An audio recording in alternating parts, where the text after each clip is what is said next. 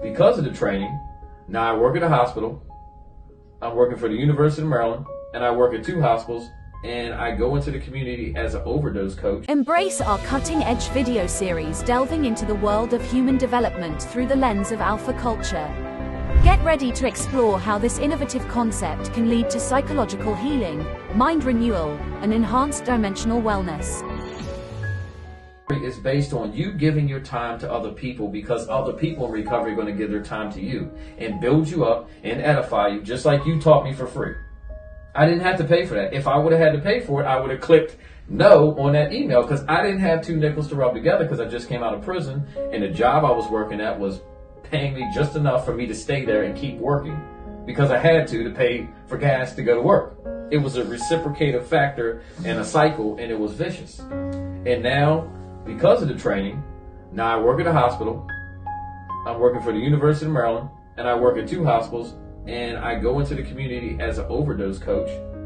The OSOP, as they call it, Overdose Survivor Outreach Program. That is and so it's like, good. You know, I have a phrase, and it's not very Christ-like, but I like to say that I say, man, you got to drag. Sometimes you just got to drag your everything on everything that is trying to slow you down, make you disbelieve, or trying to hurt people around you. And let these forces know, I'm not doing that. We are not doing that. I'm going to fight for people, and I'm not going to stop. Because you got to have that love and that fight in you.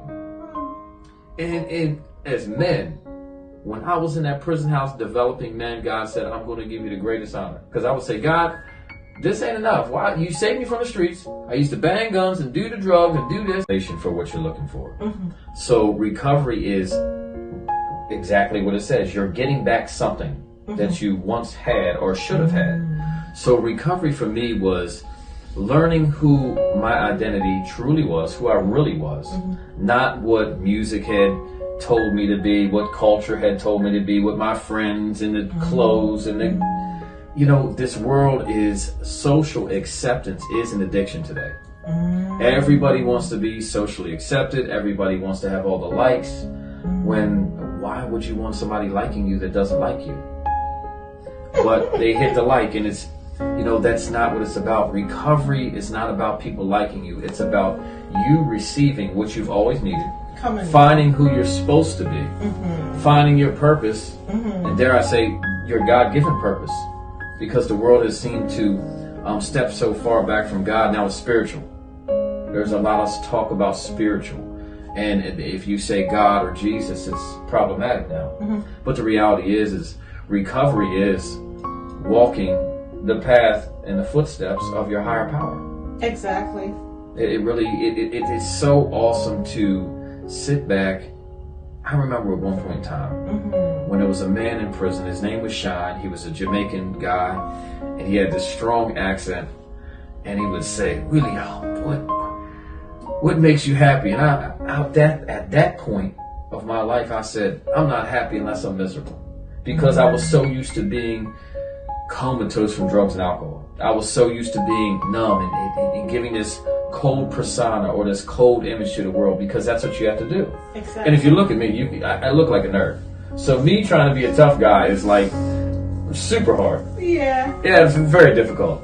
However, this man, he really saw the calling of my life, and God used him to propagate that and to just till ground and plant seeds.